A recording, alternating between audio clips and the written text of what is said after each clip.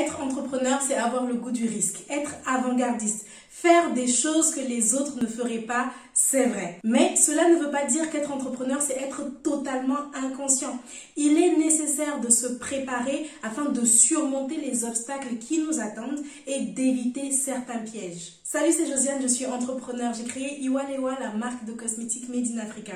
Ici, je partage mon parcours afin de bâtir une communauté où nous pourrons évoluer tous ensemble en productivité, self-esteem et business. Avant de rentrer dans le vif du sujet, je vous rappelle ou je vous annonce que j'agrandis ma marque de cosmétiques Iwalewa. Pour cela, j'ai lancé sur la plateforme fiatop.com ma campagne de pré-vente.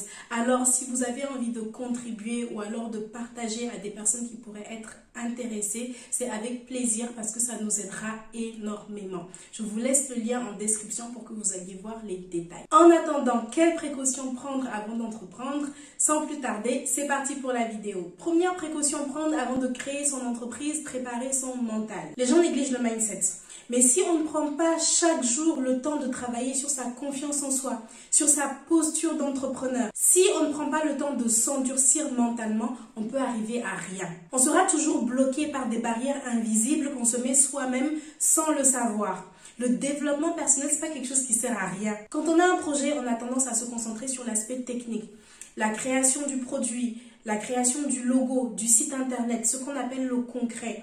Mais ce concret-là, il vous sert à rien si derrière vous n'avez pas travaillé sur des aspects fondamentaux. C'est comme si vous entrez dans une belle maison, que vous voyez la peinture, la belle décoration, l'espace. Vous ne voyez pas toutes les briques derrière.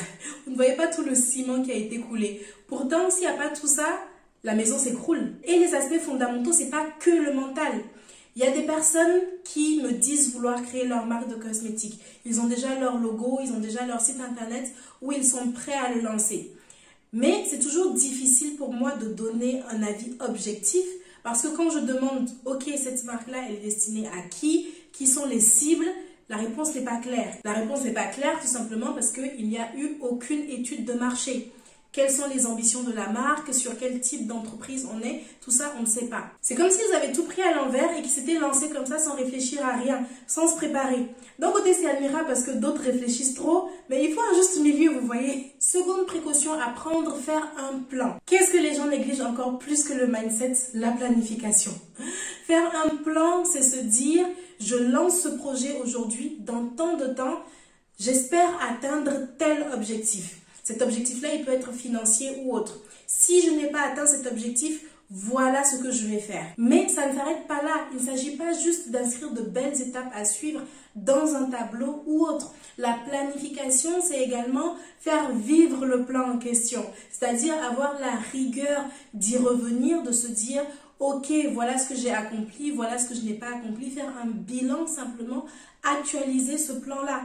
C'est ça l'enjeu majeur, la discipline et la constance dans chacune de nos actions. Quand il s'agit d'organisation, je ressors le sujet du bilan hebdomadaire à chaque fois parce que je sais à quel point c'est important, je sais à quel point ça change la donne. Justement parce que moi-même j'ai fait l'erreur pendant plusieurs années de ne pas suivre rigoureusement les objectifs que je me fixais, de ne pas suivre le plan que je me fixais. Et quand je vous dis qu'il y a une réelle différence lorsque vous allez vraiment actualiser une stratégie mise en place, que vous suivez les actions, que vous analysez les résultats, ça n'a pas marché, ça a marché, et voilà comment est-ce que je peux m'y prendre la prochaine fois pour m'améliorer. Il y a une réelle différence. Moi, je ne suis toujours pas parfaite, je ne suis pas en train de prétendre être parfaite, absolument pas, mais je me suis beaucoup améliorée par rapport à l'année dernière, simplement par exemple. Et je vous dis que c'est réellement important. Franchement, il faut arrêter de négliger mes conseils. Troisième précaution à prendre, se préparer financièrement. Qu'est-ce que les gens négligent encore plus que le mindset et la planification?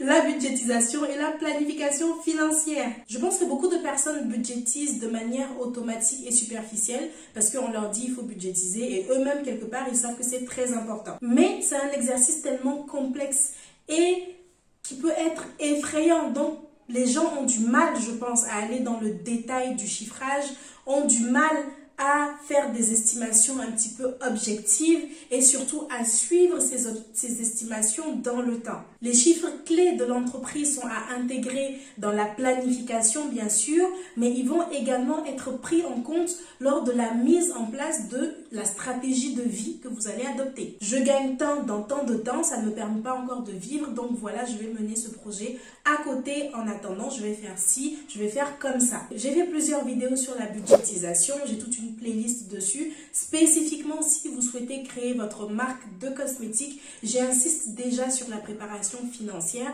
Alors, je vous laisse aller regarder si ce n'est déjà fait. Quatrième précaution à prendre, ne pas sous-estimer la charge de travail. Si c'était facile, tout le monde le ferait. On lancerait tous un business, un an après, on serait millionnaire depuis notre canapé et basta. Mais pour une raison que sincèrement j'ignore, la vie doit être dure, donc créer un business, c'est beaucoup de travail. Et certains business sont complexes, surtout lorsque ça inclut la création d'un produit physique. Pendant les consultations, les accompagnements que je donne, etc., il y a des personnes qui me disent « mais je pensais que c'était facile ». Bah non, c'était pas facile du tout, je vous le dis, voilà. Il y a même des moments très difficiles. Ce qui nous amène directement à la cinquième précaution à prendre qui est de comprendre le deal. En entrepreneuriat, il faut vraiment passer un contrat avec soi-même. Il faut dire à son cerveau, écoute, ça va être très difficile, ça va être dur, mais il va falloir qu'on travaille pendant suffisamment longtemps et avec assez de consistance pour commencer à avoir des résultats. Pendant combien de temps exactement? On ne sait pas. Est-ce que ça va vraiment marcher? On ne sait pas, mais ce qui est sûr, c'est qu'on va sûrement apprendre énormément de choses qui vont nous aider à améliorer notre stratégie et à réussir par la suite. Il faut réellement être engagé envers soi-même, engagé pour son projet, sinon vous allez très vite abandonner et c'est là que vous aurez perdu du temps. Dans mon parcours, j'ai rencontré d'autres entrepreneurs comme moi qui ont abandonné, qui ont lâché l'affaire beaucoup trop vite, qui ne se sont pas pleinement donné les moyens alors qu'ils avaient tout le potentiel nécessaire. Mais être entrepreneur, c'est être en insécurité pendant un temps plus ou moins long. Et tout le monde ne peut pas gérer ça. Selon le background, selon les expériences de vie, selon la personnalité de chacun, il y a des gens qui sont très mal à l'aise avec l'insécurité. L'entrepreneuriat vous met constamment face à vos peurs. Et quand vous y êtes, vous avez deux choix. Soit les confronter, soit prendre la fuite. C'est pourquoi je le dis souvent, l'entrepreneuriat, c'est une leçon de vie à prendre au plus tôt dans son existence. Ça vous apprend tellement sur vous, ça vous apprend réellement comment devenir meilleur. Et si vous décidez de devenir meilleur, de dépasser vos peurs, d'évoluer en tant que personne, le développement personnel, les techniques d'endurcissement mental, ce sera ça vos armes. C'est ce qui va vous permettre de passer chaque obstacle et continuer à avancer. Ce qui nous ramène donc à la précaution 1 qui est de préparer son mental. Si vous ne savez pas comment faire, j'ai toute une playlist sur la motivation quand on est entrepreneur sur cette chaîne, quelles techniques utiliser, etc. Je vous laisse aller regarder si ce n'est déjà fait. J'en profite également pour vous rappeler ma campagne de prévente sur fiatop.com. Allez jeter un œil sur le lien en description et contribuer, ça nous aidera énormément. C'est la fin de cette vidéo, j'espère qu'elle vous sera utile. Abonnez-vous pour ne pas manquer d'autres contenus de ce type. Je poste tous les mercredis et les dimanches. Alors à dans quelques jours. Ciao!